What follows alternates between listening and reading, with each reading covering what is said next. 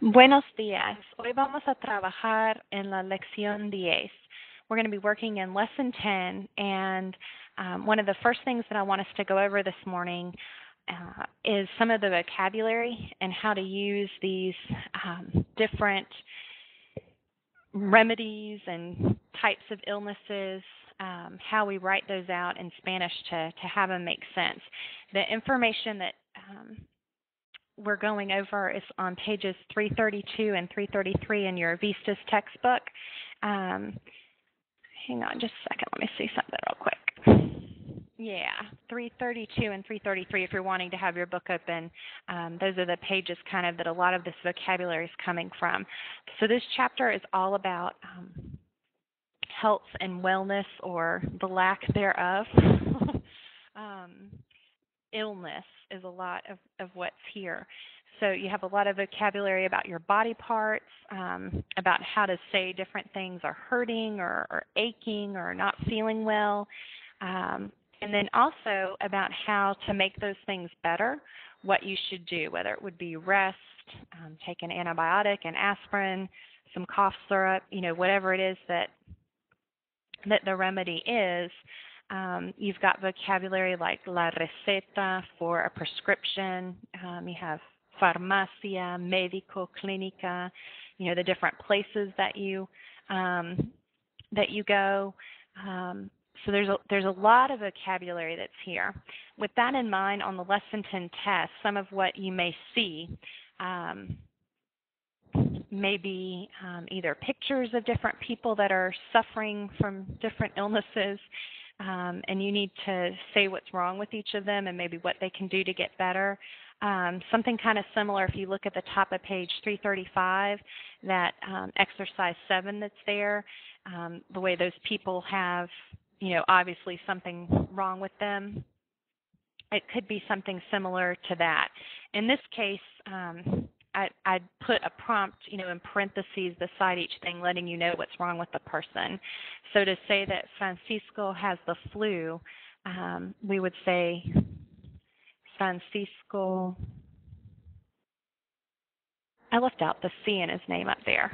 That's wrong. Francisco tiene gripe, right? He has the flu. And debe significa he should or she should. So what would he do to get better? What's something that you can do to get better? If you guys want to join in, I'm not going to call on anybody specific, because the point of being here this morning is not to put people on the spot. So if you have a suggestion for an answer, feel free to text it down here in the lower left-hand side, and I'll add it in up here if you want to chime in with what with your contributions. I would love to have them, but I'm not going to put people on the spot, put it that way. Okay, debe tomar una inyección. That's an idea. He could get a shot. He could, debe descansar. Debe descansar. Debe tomar Tamiflu, whatever it may be.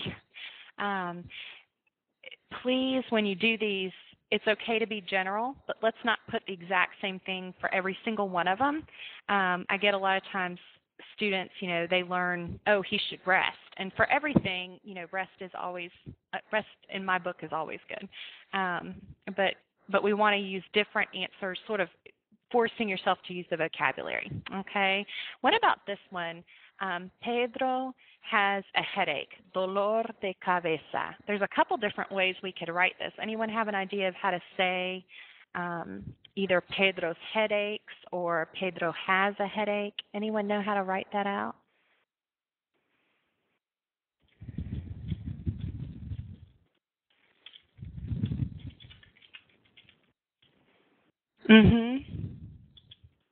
That's right. That's what I was putting as my first one. Pedro tiene un dolor de cabeza, or tiene dolor de cabeza. You don't have to have that un there. Another way to do it is to say, a Pedro le duele la cabeza. Okay, a Pedro le duele la cabeza. The verb I want to talk about this verb real quick. Doler is to ache. Now, this is different from dolor. Dolor is an ache, okay, so like a noun. Doler means to ache or to hurt. And it's an O to UE stem changer in the present tense. And it works like the verb gustar. And what we mean by that, remember, with the verb gustar, you actually look at what's being liked. So in this case, you actually look at what's being hurt as the subject of the sentence. So his head is aching. So le duele la cabeza. If his feet hurt, let's say, we would have said a Pedro le duelen los pies, because los pies is plural, so we would go with the plural form of the verb. They hurt him. Okay, they are painful to him, or they are achy to him. Okay, so you'll see this verb used throughout Lesson 10. I don't remember in this particular book, I don't think they actually explain that to you. So I think it's important to point that out. I think they're hoping that you'll pick up on that on your own. And I know that personally that's not something I would have picked up on my own. Let me see something. I don't think they ever tell you.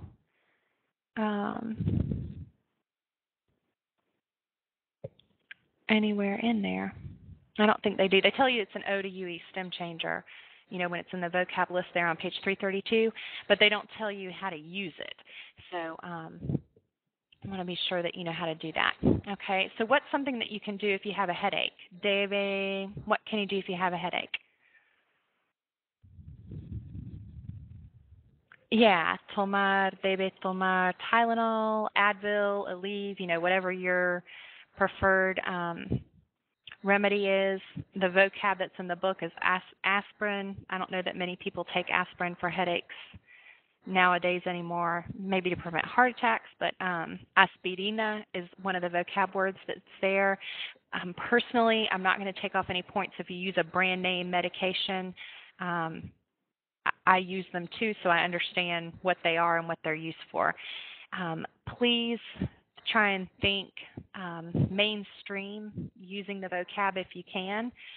If you're going to use a name brand medication, use it in its most generic, obvious way. I get things all the time like debe tomar Pepto-Bismol, and it's like, to me, Pepto-Bismol is for stomach issues, not necessarily for a headache. And the student will write back, oh, but that's what I use it for.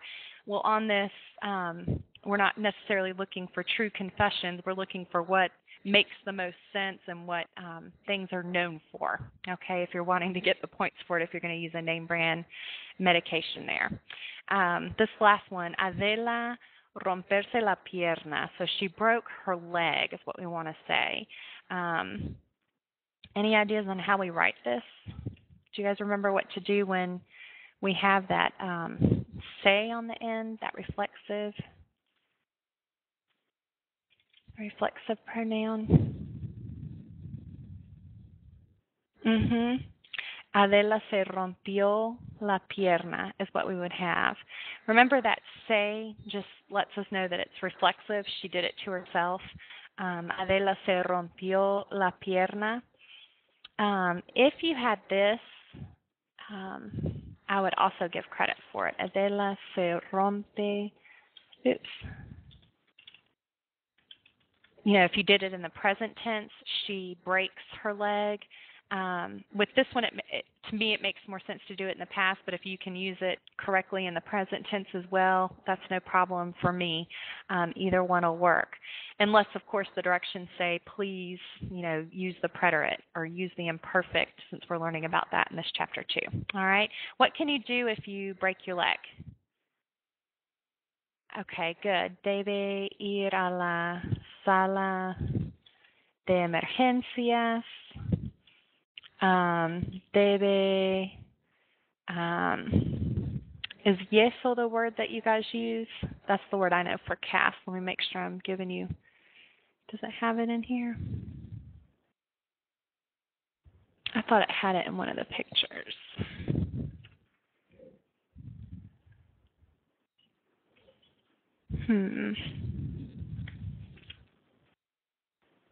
It's probably here. There's just so many words on here. Do you guys remember seeing the word for cast? Yeso is the word that I know. And I think that's what's in the book if there is something. Oh, well, we won't use it right now. Debe sacar una radiografía. She needs to take an x-ray, to see if it's broken or to know where it's broken. Any of these things will work. You could say, no debe caminar. She doesn't need to walk if she broke her leg. No debe caminar. Any of those kinds of things could work. All right.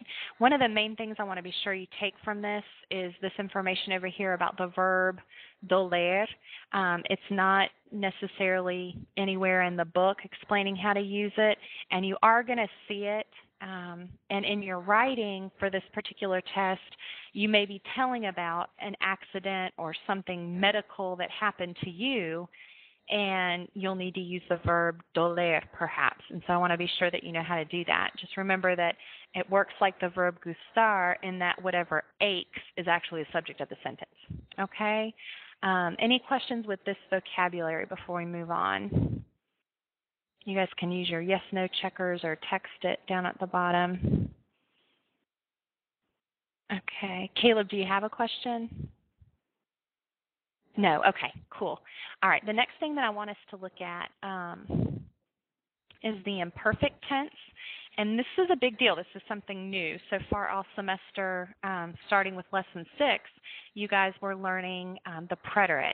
And the preterite, you were told, was expressing an idea in the past. And it still is. That's not changing. What you've learned about the preterite is not going to change. However, there is another type of past tense, which is called the imperfect, okay? And we're going to talk a lot here in a little bit about when to use the preterite and when to use the imperfect. But for now, I just want us to define what is the imperfect tense. What does that mean? What does it look like? What do you do with it? And this slide has pretty much a summary of the information that's on pages 342 and 343 in your textbook. Actually, not 343 so much. We'll look at that in just a second. But 342, this pretty much sums it up. Basically, the imperfect tense is just another past tense. It's a way to express actions that happen in the past. Your endings for the imperfect are very simple. If it's an AR verb, you're going to take off the AR and put aba, abas, aba, abamos, and aban. Okay? If it's an ER or an IR verb, you're going to take off the ER or the IR, and you're going to add ia, ias, ia, iamos, or ian, okay, depending on who your subject is. All right? So you'll need to definitely memorize these endings. All right? They're not necessarily intuitive. That is something that you will have to memorize. This third bullet here is like the Hallelujah chorus is singing in the background. There are no stem changes in the imperfect tense. So I know that lesson 6, lesson 7, lesson 8, lesson 9, every lesson we've had so far, there's like another little something about the preterite tense that's special that you have to memorize and remember, mainly having to do with things stem changing or special things happening. In Spanish, for the imperfect, there are no stem changes. So the verb dormir, for example, that's always had something strange happening with it, yo dormía.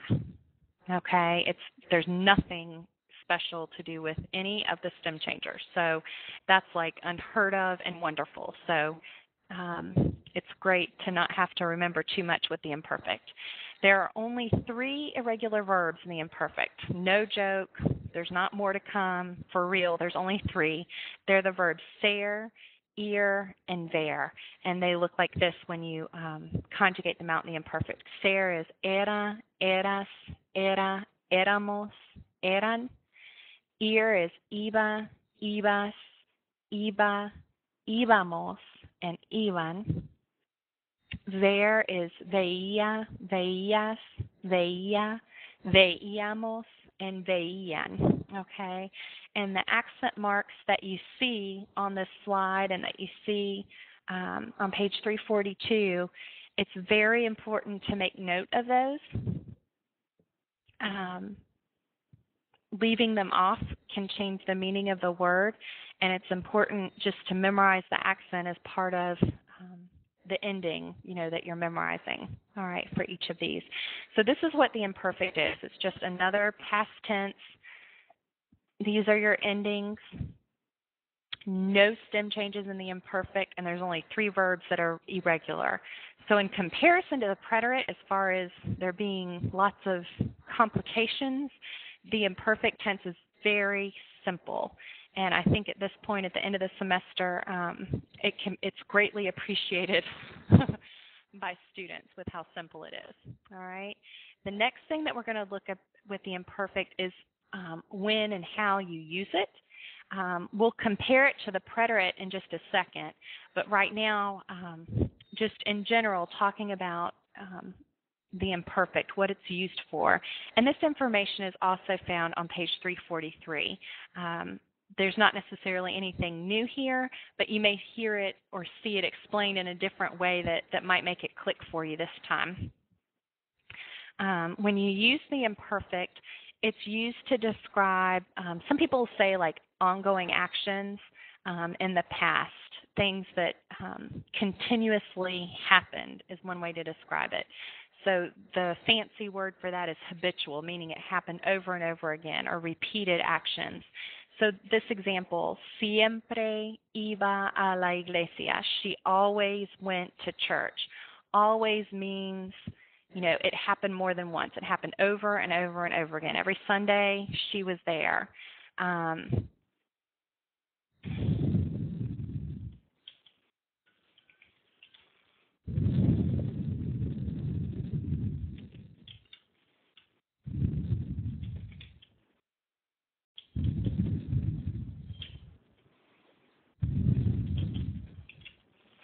If you never played with guns, your mom wouldn't let you, you never did it. Even though it never happened, each day, again and again and again, you were not allowed to do it. Never is also a word that indicates repetition. Even though it's not happening, it's still indicating repetition. If you see something like, I'm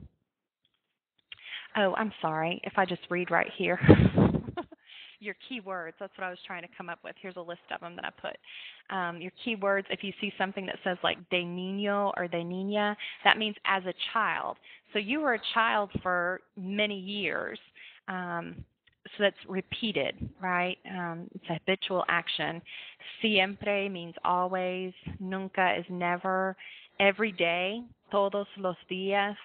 Or on a particular day, like if Monday night was spaghetti night at your house, or Friday was pizza night, every Friday, los viernes. On Mondays, we did our homework. Los lunes hacíamos la tarea. These are words that are indicating repetition. All right. Another way that the imperfect is used are for events or actions that were in progress. So that's kind of hard to understand when you're talking about the past, but when you look at these examples, it makes sense. Elena se bañaba mientras yo me vestía. So while I was getting dressed, she was taking a bath, okay? So I'm describing what happened in the past, but it was ongoing. They were happening at the same time as each other. Mientras is going to be one of your keys to let you know, hey, the imperfect is coming up. Okay? Physical characteristics, describing what someone looked like. My grandmother was beautiful. Her beauty wasn't something that happened, just on one day. She was a beautiful woman. Mental or emotional states. Now this doesn't necessarily indicate something that was long or ongoing. That's why it's its own little bullet here. Mental or emotional states. Eva estaba enamorada de Juan. She was in love with Juan. Yo estaba nerviosa. I was nervous. It's describing how I felt at that moment. All right. And with that, because the imperfect kind of indicates something that was ongoing, Eva was in love with Juan the whole time they were going out. She may not be in love with him anymore, but the whole time that they were dating, she was in love with him. I was nervous for the full 30 minutes before the oral interview started. It indicates something that was continuous. Telling time, eran las 10 de la noche. Giving someone's age, el niño tenía 5 años. And sometimes we explain these by saying, you were 5 for 365 days of that year. It was an ongoing action.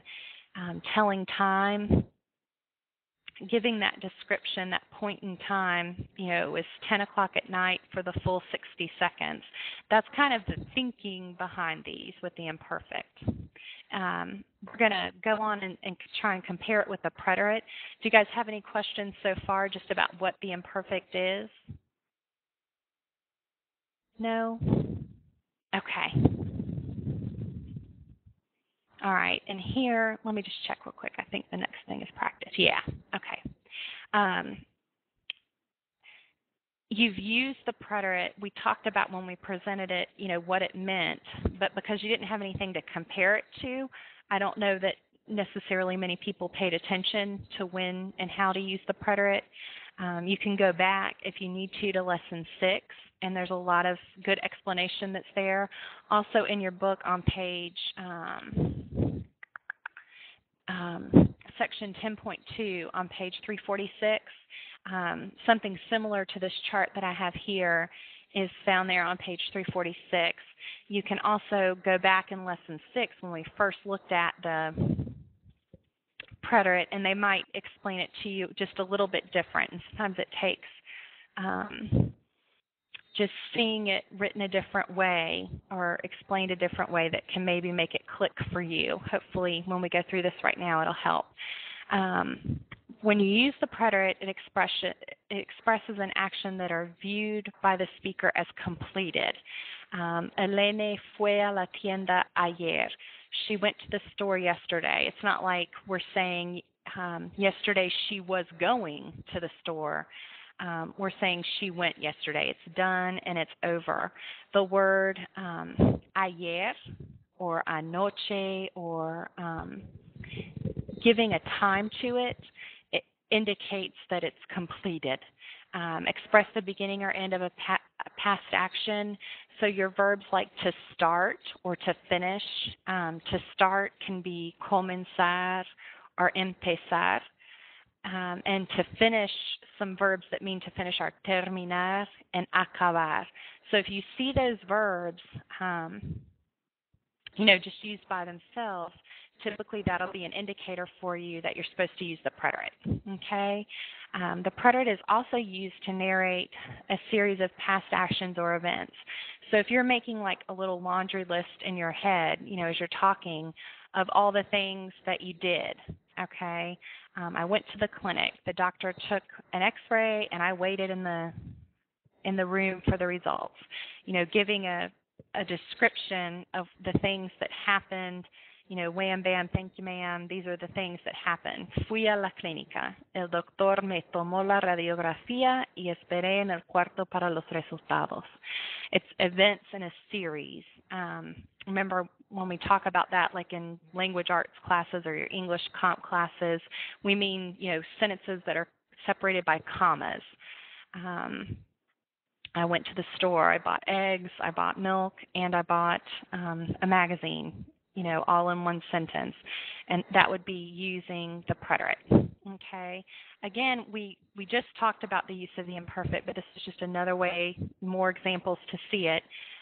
Describing an ongoing past action with no reference to its beginning or end. And this one directly contrasts with this one about the preterite does mention the beginning or the end, okay?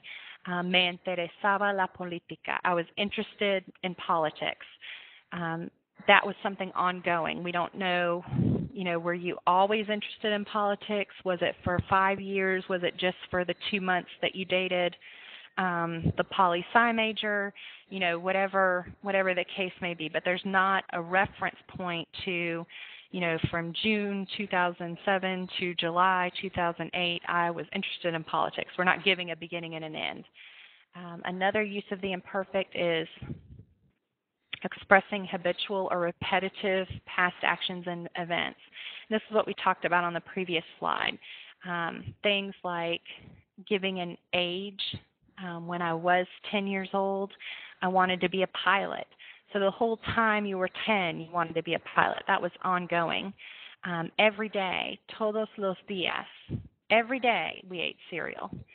Todos los días comíamos cereal.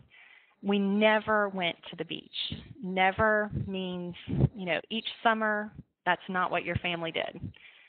Over and over again, you didn't do it. So even though it never happened, it's still a repetitive action, if that makes sense.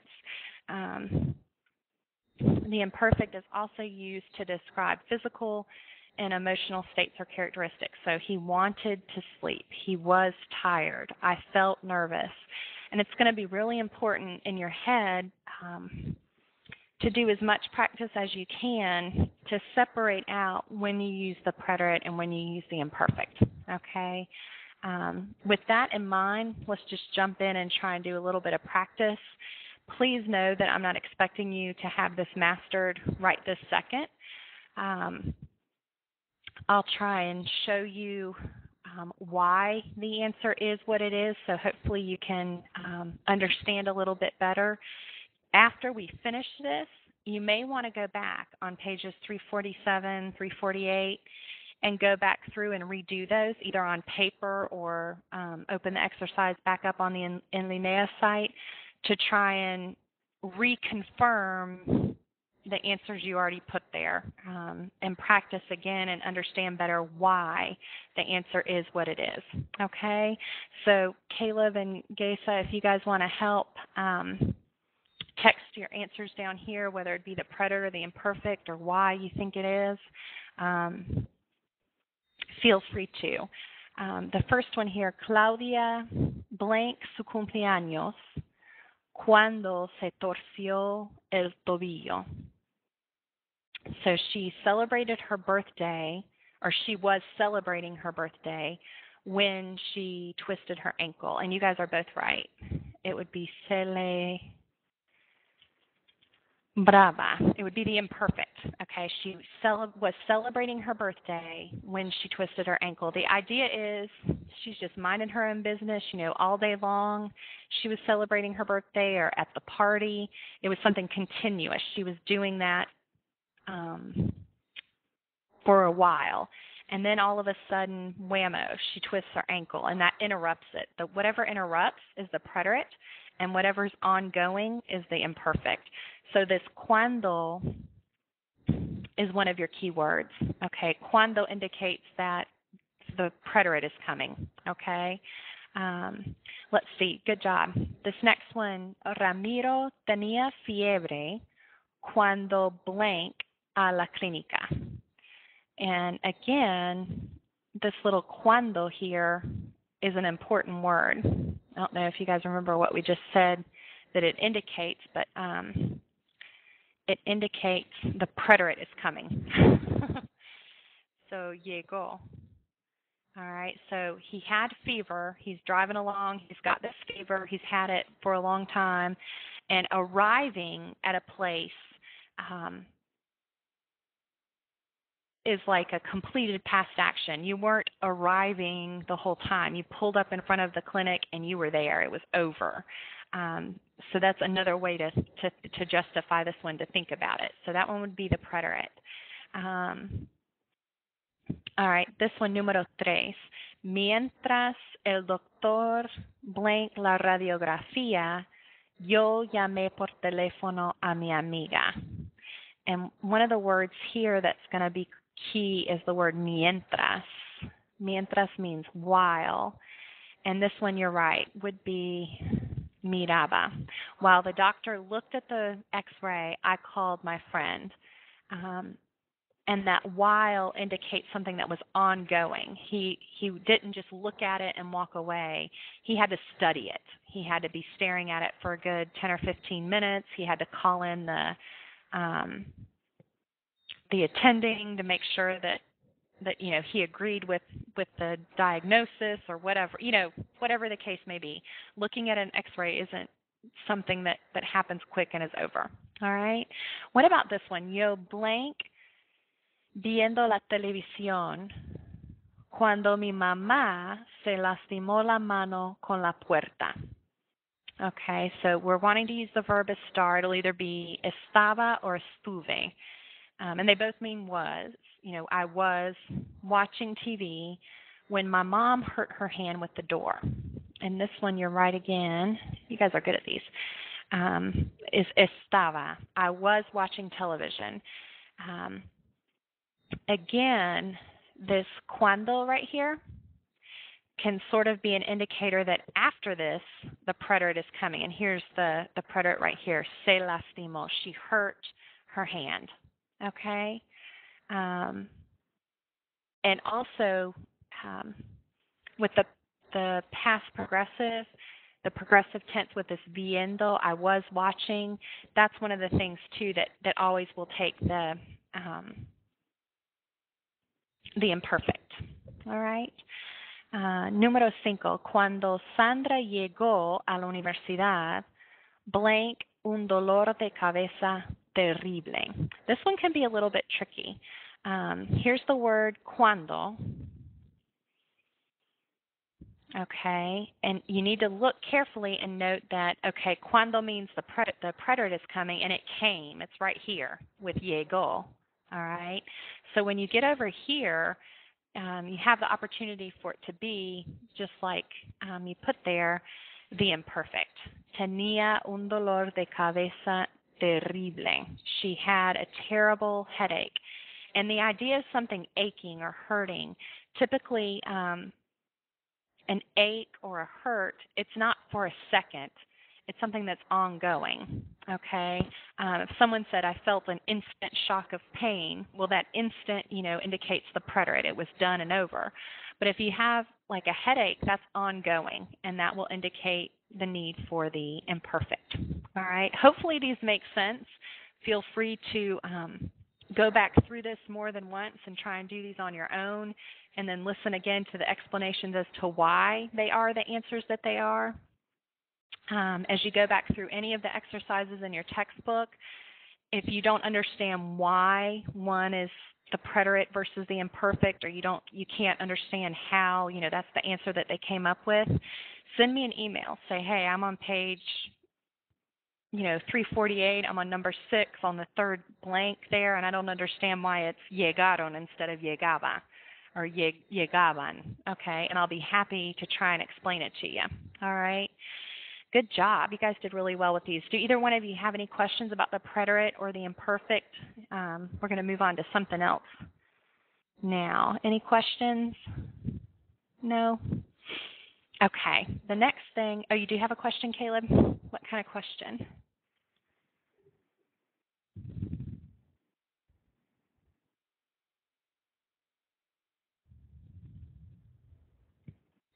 Are cuando and mientras the only keywords for imperfect? Let's go back. I'll show you some of the ones that were here. Hang on just a second.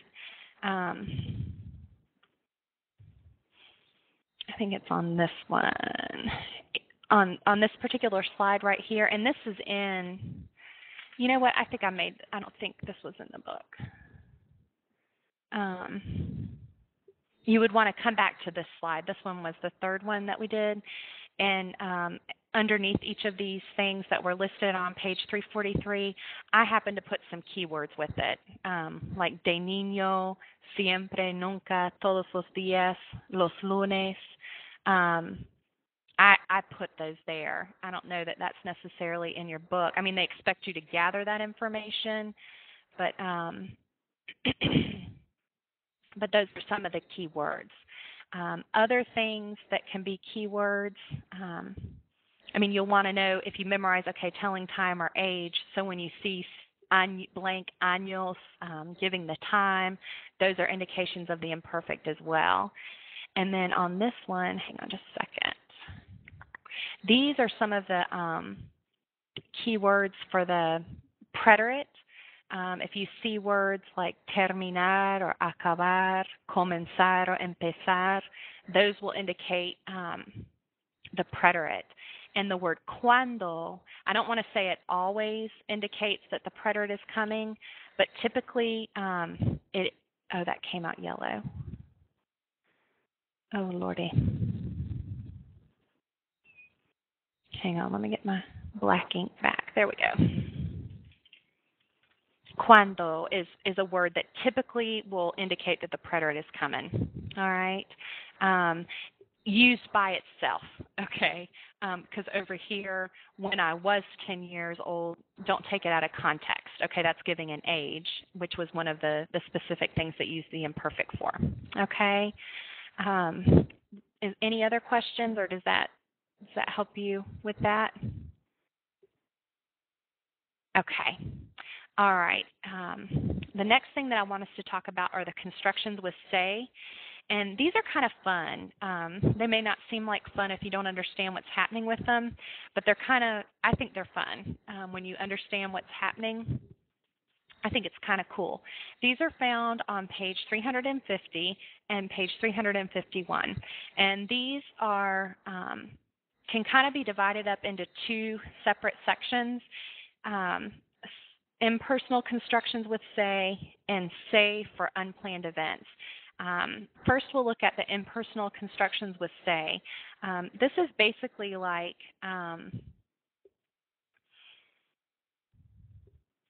the passive voice. You'll remember in language arts, all the way in elementary school and in middle school, when you're writing essays or compositions, you're not supposed to say things like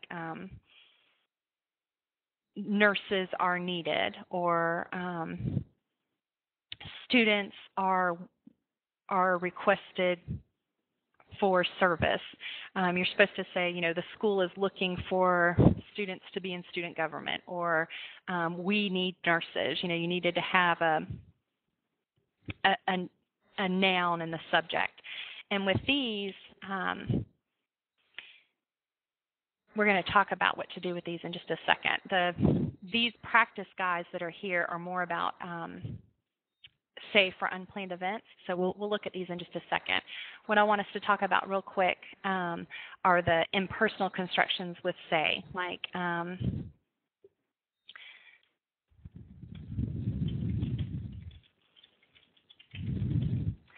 se busca una secretaria. We need a secretary is needed. If they need several secretaries, they'll use se buscan. Se buscan secretarias. Okay, secretarias are needed or are sought out. It's kind of what's happened here.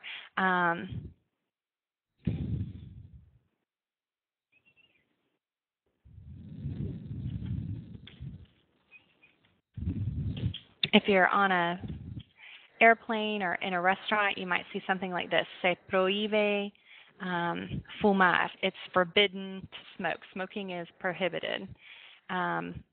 The more common thing, at least that I always see, is just no fumar is what you'll see, but that's not using say. But I just wanted to show you a way to do it with say.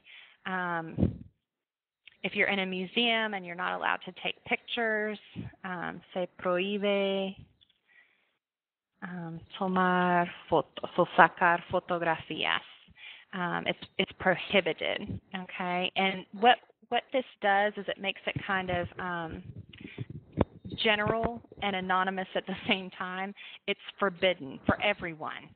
In general, you cannot smoke here. You cannot take pictures. They don't need to make a sign that says, hey, Caleb Gaston, please note that you are not allowed to smoke here. They're not singling someone out. It applies to everybody, okay? And that's what that say does, is it kind of makes it general. In general, you cannot smoke. You cannot take pictures. It doesn't say necessarily who's looking for a secretary. Is it a man? Is it a woman? Is it the meanest boss in the world or the nicest person in the world? It doesn't say. It's just kind of a general call for secretaries. That's what we're seeing here with these. And if it's plural, you're going to use the plural form of the verb. If it's something singular, you're going to use the singular form of the verb. And you can see that like in some of the examples that are there at the top of page 350. All right. The part that I think is fun are the say for unplanned events. This is something in English that we don't have, and I just think it's fun. Let me clear this and pull this back up again. Hang on just a second. Okay, there we go. Say for unplanned events is kind of like this cool way that you can pass the blame and not take direct responsibility for something that happened. Say for unplanned events. So it's sort of like saying you'll have say plus your indirect object pronoun plus the verb plus the subject. Okay, so the order of these sentences is similar to the way the verbs with gustar work, in that the subject is coming at the end. So se me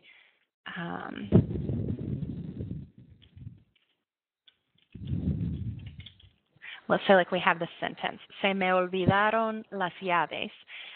In English we would say, hey, I forgot the keys. I forgot the keys. But in this, it's sort of saying the keys were forgotten by me. Okay? And it sort of like removes you a little bit from the responsibility. Okay? Because las llaves is plural. Hang on just a second. Las llaves is plural. So that's why we're using the verb olvidaron. Okay, that's why we're using the third person plural, because it's las llaves is actually the subject of my sentence.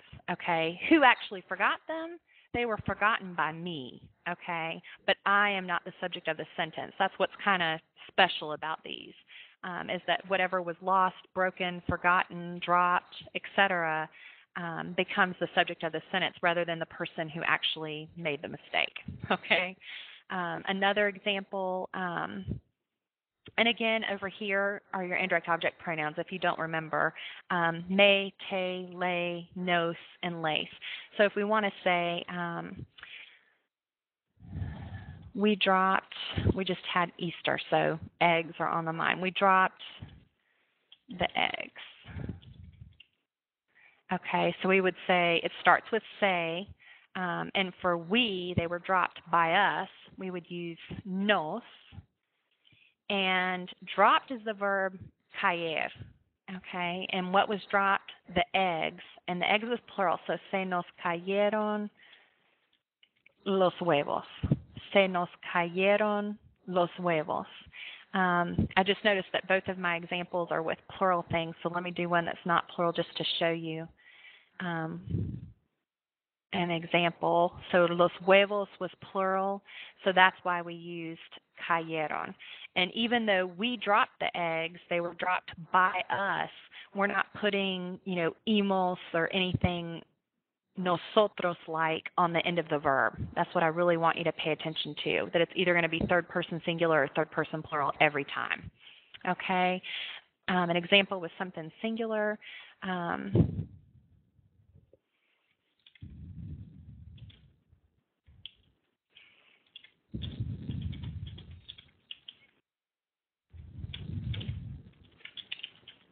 Oh, hang on, that's going to cut off. She forgot the book will do.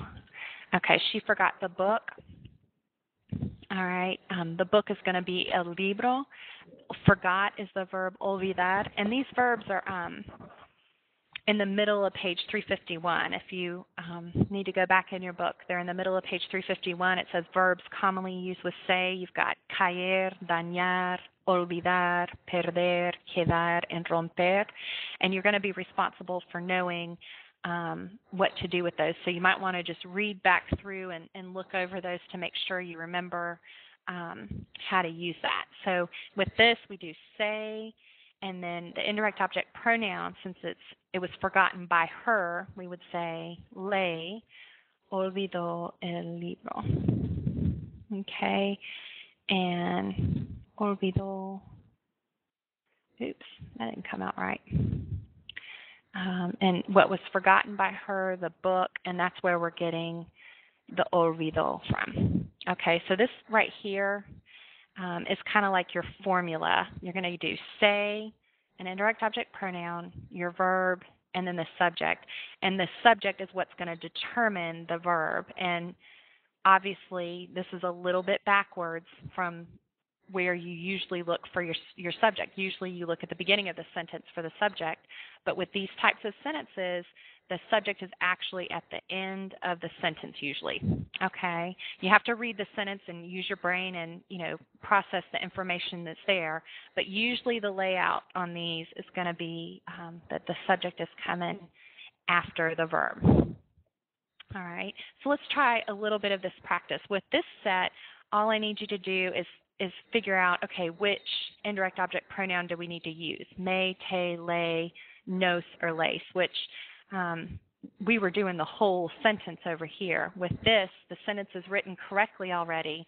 We just need to figure out the indirect object pronoun that's needed.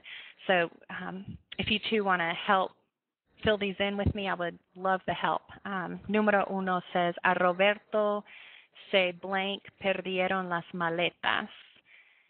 And you guys are correct with that one. It would be se le, because who were they? They were lost by him, by Robert. Okay? And perdieron is used because las maletas is plural. Okay? What about this one? Número dos. A mis hermanas se blank cayó la mesa. The table fell down, or the table was dropped by them. Okay? We're not saying they dropped the table. We're saying the table was dropped by them. Good. A ti se blank olvidar, se te blank, I just said it, sorry. Se blank. I can't say it without it there. Se te olvidó venir a buscarme ayer. Se te olvidó venir a buscarme ayer. This doesn't need to be here. That's a typo. I don't know why I have that there. Must have been a mistake. A ti se te olvidó venir a buscarme ayer. All right, what about número cuatro? A mí se blank quedó la mochila en la casa. Se me. And hopefully these are simple and easy. There will actually, I think, be a section just like this on your test. So I think these are pretty simple if you know what's happening in the sentences. All right, this next section here, I'm giving you two options as far as the verb goes. And the big thing here is to remember that the subject of the sentence is what was dropped, forgotten, left behind, broken, hurt, whatever the case may be, lost. So we're actually kind of looking at the end of the sentence to know whether we're going to use the third person singular or the third person plural. Okay? So again, if you two want to help with these, we have a Marina se le blank la bolsa, and it's either cayó or cayeron. And in this case, you guys are both correct. It would be cayó. Why? Because bolsa is singular. Okay. Now, there are some students who would get lucky on this one and would guess cayó because they thought the subject was Marina and she's just one girl. And, they got lucky on that one. They got one right. But it doesn't necessarily mean that you're going to get, especially like number 4, if you don't know what you're doing, you would pick dañaron instead of dañó because of el auto. Okay, so just be aware that the subject is actually what was dropped or broken or hurt, forgotten, etc. All right, número 2. A ti se te blank estudiar para el examen. And I don't know, when we talked about the verbs like gustar, we learned that if what was liked or whatever was a verb, in the infinitive, you actually use the singular form. So, a ti se te olvidó estudiar para el examen. So, estudiar is what you would have been looking at to choose olvidó. All right? Número 3, a nosotros se nos blank los libros en el auto. So we have to think, what is it that was left behind? And it was the books.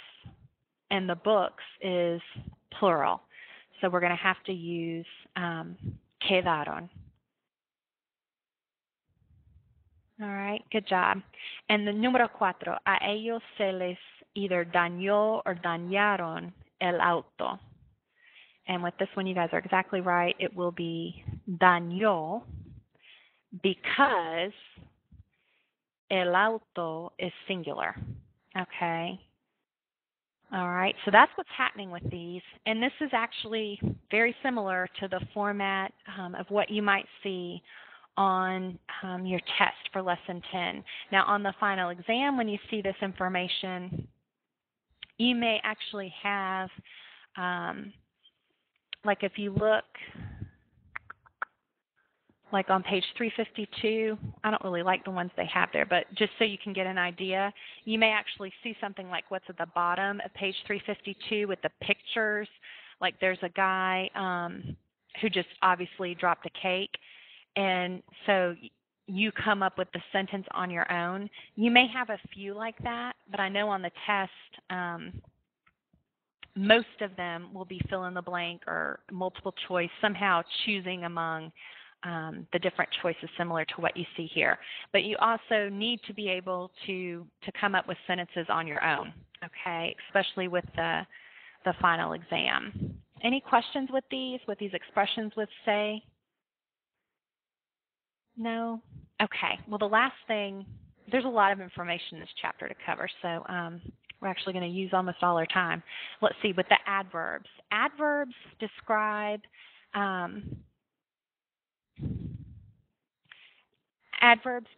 it has the word verb in it. They describe verbs, okay? Adjectives, on the other hand, remember, they describe nouns. So the way you form adverbs in Spanish is to add mente to, most adverbs are formed in Spanish by adding mente, okay, to the end of the adjective, whatever the adjective is. You need to really read over and look over page 354. Hang on just a second. If you look at the second bullet there on page 354, it says to form these adverbs, add mente to the feminine form of the adjective, okay? So all the different adjectives that you're looking at, for example, in this practice, you're supposed to make feminine first and then add the mente. If it doesn't have a feminine form, just add mente to the standard form, okay? And it says, be careful, adjectives don't lose their accents when you add mente to it. So like with the word fácil or the word difícil, you would you would keep the accent mark there, all right? And then down at the bottom there on page 354, you have some more examples of different types of adverbs that aren't, things that end in mente. What I'm wanting you to be able to do is take an adjective and turn it into an adverb. So the rule is if you can make it feminine first and then add the mente. If you can't make it feminine, like normal or constante, you just add the mente to it, and you should hopefully be okay as far as the spelling goes. So let's try these. If you guys want to text in answers if you feel like you want to help with this. We've got the drivers are slow, and we could change it using an adverb and say they drive slowly. And in English, adverbs are the ly kind of words. So what would we do with this one? Lentamente. Good. They drive slowly. Llegar tarde es normal para David. Arriving late is normal for David. He usually arrives. Normally he arrives late is what we want to say. So normalmente. And that doesn't have a feminine form, so we just take normal and add the mente to it. Okay? What about constantly? The noise is constant. El ruido es constante. And then we want to say there is noise constantly. And so that would be constantemente. Constantemente. And I always misspell this word, but I think I got it. Constantemente. Yeah. All right, what about this one? La lluvia es frecuente. The rain is frequent. And here we want to say it rains frequently. How do we do that? We're going to take frecuente and put mente on it. Frecuentemente is what it needs to be. All right. And this last one, the change is gradual. El cambio es gradual. So it changes gradually. So gradually is the word we're wanting to do. So we're going to take gradual and add mente to it. Okay, so this really is pretty simple. If you can make the adjective feminine, make it feminine first. If you can't, you just add mente to it. All right, I can tell you this, on the test for Lesson 10, the writing section at the end, you'll be asked to use some adverbs. Like I don't remember how many I put on there, but it says, do whatever and be sure to use at least, 2 adverbs or 3 adverbs. So be sure to include, some of these different words as adverbs rather. And when you do that, you may think, oh, I don't need to use an adverb. I want to use an adjective. But you can take any sentence and kind of turn it around so that rather than using an adjective, you're using an adverb. So just keep that in mind, and you may want to look back over these to remember how that was done, because adverbs describe verbs rather than nouns. Okay? Any questions with this information about the adverbs? No? Okay. The last thing, real quick, I know we're out of time. The last thing I just want us to talk about is the final exam. The final exam, if you had me for Spanish 1, you're probably good to go with this and know this information, but the proctored final exam covers lessons 6 through 10. Okay, it's cumulative and it's proctored. Let's talk about what that means. That means that you need to go back through lessons 6 through 10. You're responsible for that information. With that said, Spanish kind of spirals out and builds on itself. So you may recognize more information maybe from lessons 9 and 10 on your final exam. You may think that that's tested more heavily because it's including everything you've learned in the other lessons.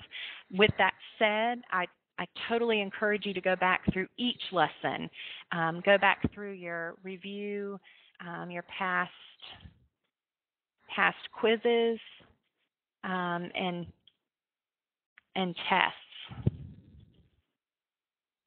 Okay, your tests are available in WebCT. You should be able to look over those. If you come across one that you're not able to get open to review, what happened and see how you did on that, please send me an email and I'll try and figure out how to get it open for you. They should be open.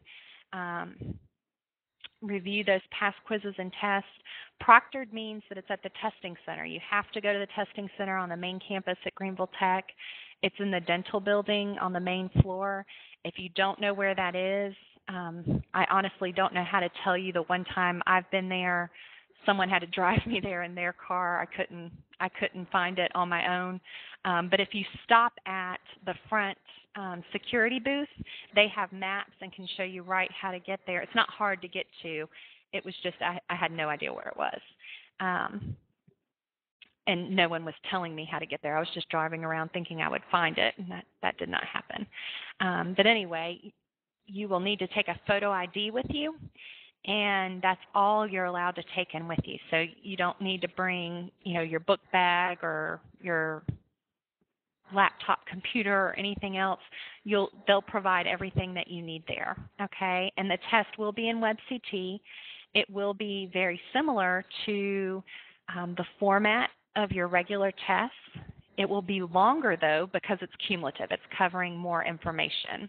One thing that you don't usually have on your test that you will have on this is from the Panorama Cultural sections. And each chapter, before the grammar, you have that culture little couple pages. Every lesson we've done it, every lesson it's been assigned. Let me find what pages it's on here.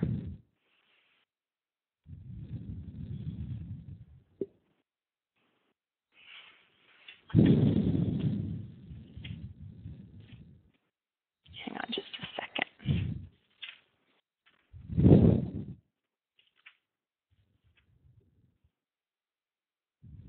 Okay, like on lesson 10, we're talking about the Panorama section. That's pages 364 and 365. That's talking about Costa Rica. To be able to do the work, you have to read through that. I do know, probably not the people who are here and not the people who take the time to watch this, but I can tell just from the work that there's a lot of students that don't read any of this. They answer anything, click submit, see what the right answers are, put the right answers in, and move on. If that's what you're doing, you'll probably miss all these on the test, on the final exam. There are things that if you read through this and you did the work, they will be obvious to you. The section is either multiple choice or true false, or it may be fill in the blank with a word bank. I can't remember off the top of my head, but it's something very obvious. If you've done the work in each of these lessons and that Panorama section, it should be obvious to you. So you might want to look back over that. Please know that I'm not going to ask you like a true-false question about the population of a country or about the name of their money necessarily, unless it's something that's pretty much common knowledge. If it seems like an obscure fact to you, you don't need to commit it to memory. Don't spend your time committing it to memory, put it that way. It should be something pretty general, okay? And the exam will be available from this Sunday through next Saturday. So it's May 1st through May 7th are the dates that it's going to be available. And that's different from what was in the syllabus. The testing center almost every semester offers extended hours. And that's the information that I sent out to you in the email yesterday morning. So check your email, and it has a list of the days and times that they're open over those days during the final exam period. And you can go anytime. You don't have to make an appointment. And you don't earn any more points if you go Sunday or if you go on the last day. I won't grade any of them probably until the Monday after they've all been submitted anyway. So